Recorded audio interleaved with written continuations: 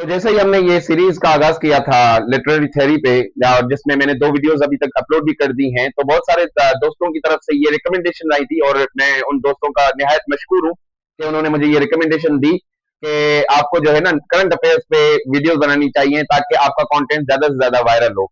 लेकिन मेरा मकसद ये नहीं था।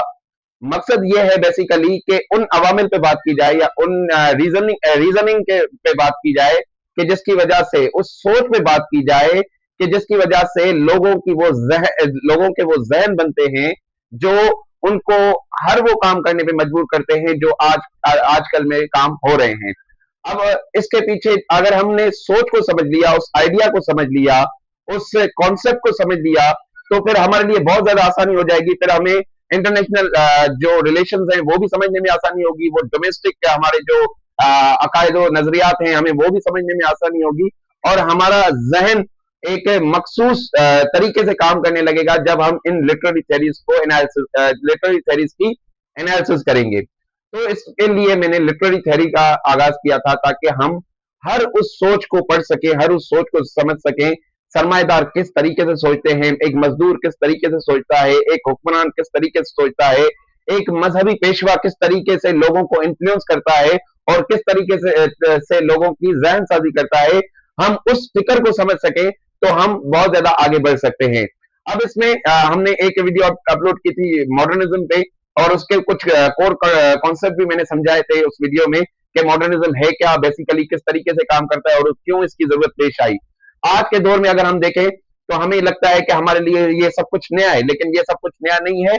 ये बहुत सारे लोगों ने पहले भी एक्सपीरियंस किया है, और शायद 100-200 साल पहले ही हमें बता के गए हैं कि चीजें इस तरीके से काम करती हैं। इसी तरीके से बहुत सारी और भी थ्योरीज हैं जिन पे हम आगे दूसरी वीडियोस में बात करेंगे, और हम एक्सप्लोर करेंगे कि किस तरीके से लोगों ने मुख्तलिफ चीजों को देख के अपने नजरियात और जहन साजी जो है ना जहन साजी को तरतीब दिया, और किस तरीके से जिंदगी गुजारी है। तो इसके तनाजुर में मैं ये कहूंगा कि आप बेसिकली लोगों की सोच को या उनकी जहनियत को समझने की कोशिश करें, बजाय इसके कि वो क्या कह रहे हैं और क्या कर रहे हैं। अगर मैं बात करूं ईरान अमेरिका पे, मैं बात करूं पाकिस्तान अफगानिस्तान पे, पाकिस्तान इंडिया पे, वो कोई बड़ी बात नहीं होगी। वो हर आपको सोशल मीडिया पे बहुत ज्यादा कंटेंट मिल जाएगा, और आप उसको जो है ना मुझसे ज्यादा अच्छा समझ सकते हैं। मुझसे कहीं ज्यादा अच्छे जो है जर्नलिस्ट और पॉलिटिकल साइंटिस्ट बैठे हुए हैं जो आपको ये सारी चीजें बहुत अच्छे से समझा सकते हैं।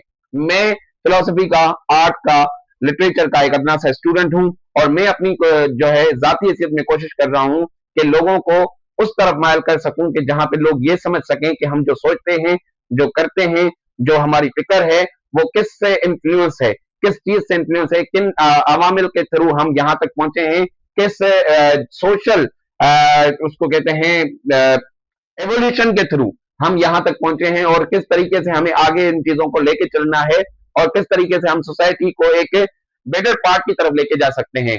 यूरोप कभी डार्क एजेस में था, वो आज क्यों इनलाइटेंड है?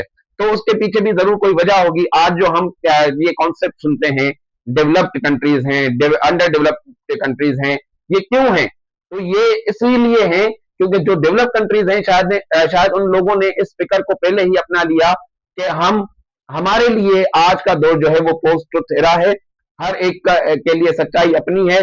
ट्रंप अपने हिसाब से कह रहा होता है कि मैंने अपने हरमुज को खोल दिया, मैंने उसको बंद कर दिया, हमने उसकी ब्लॉकेट कर दी, हमने ईरान की नेवी तबाह कर दी, हमने ईरान की एयरफोर्स तबाह कर दी।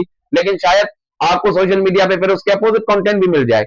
सो हर चीज अपने एक दायरे में, अपनी एक सोच में, अपनी एक जहन साजी के हिसाब से काम कर रही होती है। हर फर्द अपनी मतलूबा जो है अवेलेबल रिसोर्सेज के पैटर्न में बात कर रहा होता है, और उसी के नजदीक घूम रहा होता है, और उसी के लिए वो वही सच्चाई होती है। तो ये चीजें समझने के लिए हमें लिटरेरी थ्योरीज की गहराई में जानना होगा, और उनको उन चीजों को समझना होगा कि जिसके जरिए हम अपनी सोच और फिक्र को जो है मजबूत और कामयाब बना सकते हैं। बहुत शुक्रिया।